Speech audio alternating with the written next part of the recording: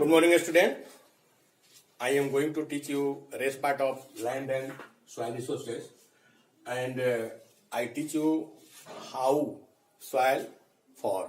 So in this topic, I tell you about soil formation. हम जानते हैं कि सॉइल जो है एक प्राकृतिक चीज है और नेचर इस पर डिपेंड है इस सॉइल को निर्माण करने में। इसमें मनुष्य का कोई गतिविधि नहीं होता है और इसको लाखों साल लग जाते हैं सॉइल को 2 या 3 सेंटीमीटर मोटा बनने में। और इसमें प्रकृति के बहुत से ऐसे एजेंट हैं जो इसमें सक्रिय होते हैं। तो in this topic you have study about soil formation, how many agents of nature involve to forming soil.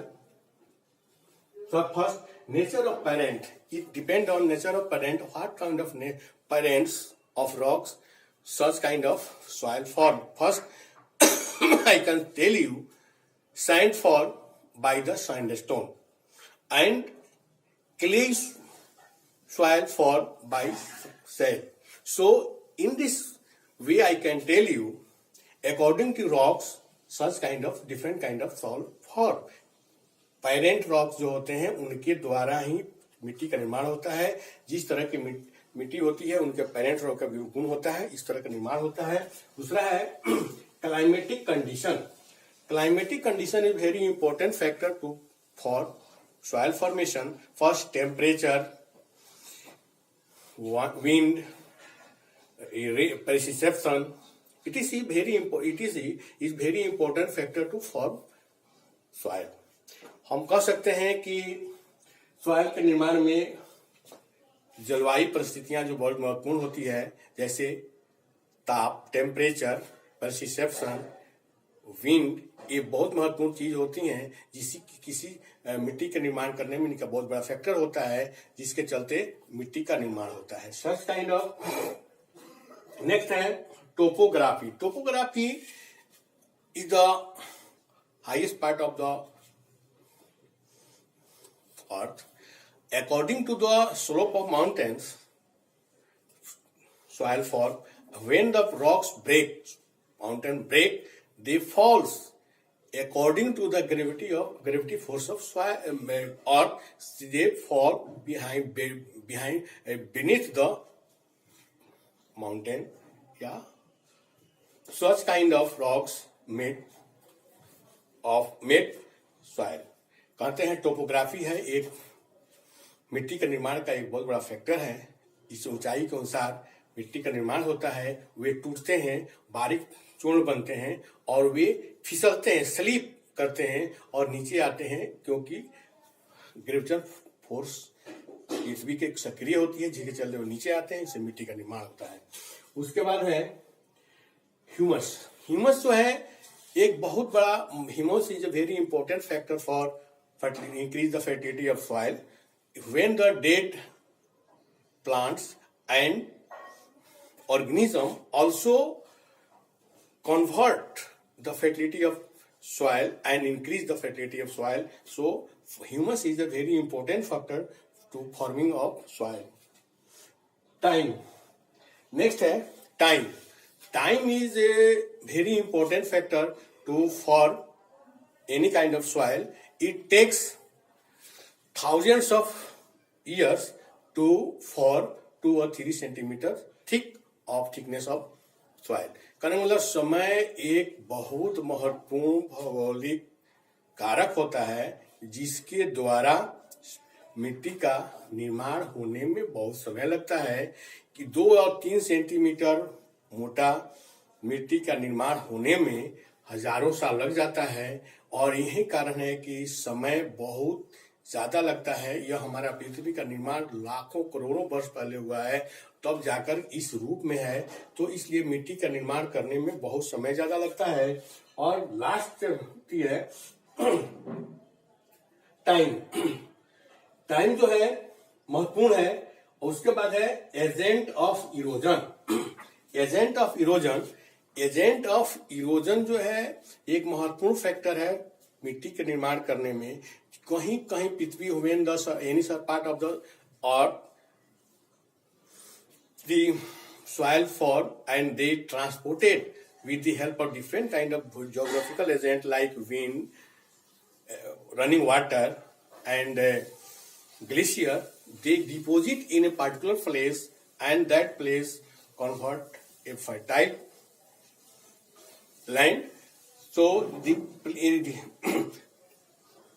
alluvial plain is a very fertile plain because it is deposited by the running water like rain and river. So such kind of river, such kind of such kind of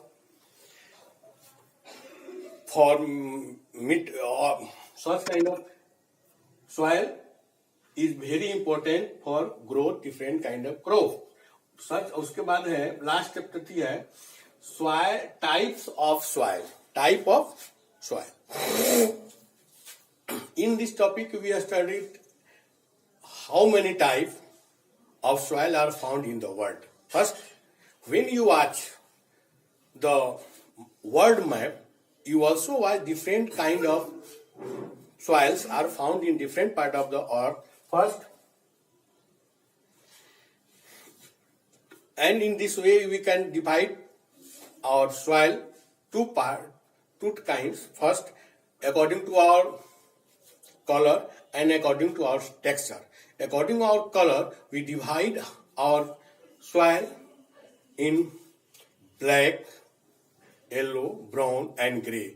And according to our texture, you can divide our soil according to two types. First, sandy, clayey and loamy. Such kind, when the more than 60% of soils are full of sand, that is known as sandy soil. When the above the 60% of clay soil are found in the soil, that soil is known as alluvial soil and loamy soil. And this such kind of soil is very important to grow different kind of crops. Such kind of crop land is known as, such kind of soil is known as fertile soil, and it is very important to grow different kind of crops. First, second है, you also आप विश्व के मानचित्र को देखेंगे तो उसमें देखेंगे बहुत ऐसे क्षेत्रों में विभिन्न प्रकार के मिट्टियां पाई जाती हैं. जैसे हम पोलर क्षेत्र में देखेंगे तो वहां पर जो मिट्टी, वहां पर जो है वहां पर वनस्पति नहीं है. That area is vegetationless. Sparse vegetation are found in that place and it is full of ice cap. Second है, and sandy area, desert area is full of sand because there is less rainfall and less vegetations. So such kind of land is not fertile. But we also watch the green part of the area, that soil is known as alluvial soil, and such kind of soil is very fertile and we grow different kind of crops, and populations of the world are found near such kind of soil. Such kind of soil is very important to grow crops. So you can say that such kind of crop is very important. हम कह सकते हैं कि विश्व के मानचित्र पर हम देखेंगे तो विभिन्न प्रकार के मिट्टियों को हम देखेंगे. उसमें जो पोलर क्षेत्र है, ध्रुवीय क्षेत्र है, वहां पर बर्फ सालों भर ढका रहता है और वहां पर वनस्पतियां जो बहुत विरल पाई जाती हैं. उसके बाद है दोमट मिट्टी, एलुवियल सॉइल जो है, जलोढ़ मिट्टी, वह बहुत उपजाऊ होती है. नदियों के द्वारा लाई गई मिट्टी का निर्माण होता है. इसमें बहुत ह्यूमस मिलते हैं, मिनरल होते हैं, बहुत उपजाऊ होती है और यहाँ पर खेती बहुत अच्छी होती है. दूसरा चीज है सैंडी सॉइल, डिजर्ट में पाया जाता है, जिसके चलते वहां पर वनस्पतियां कम पाई जाती हैं और गर्मी ज्यादा पाई जाती है. Thank you.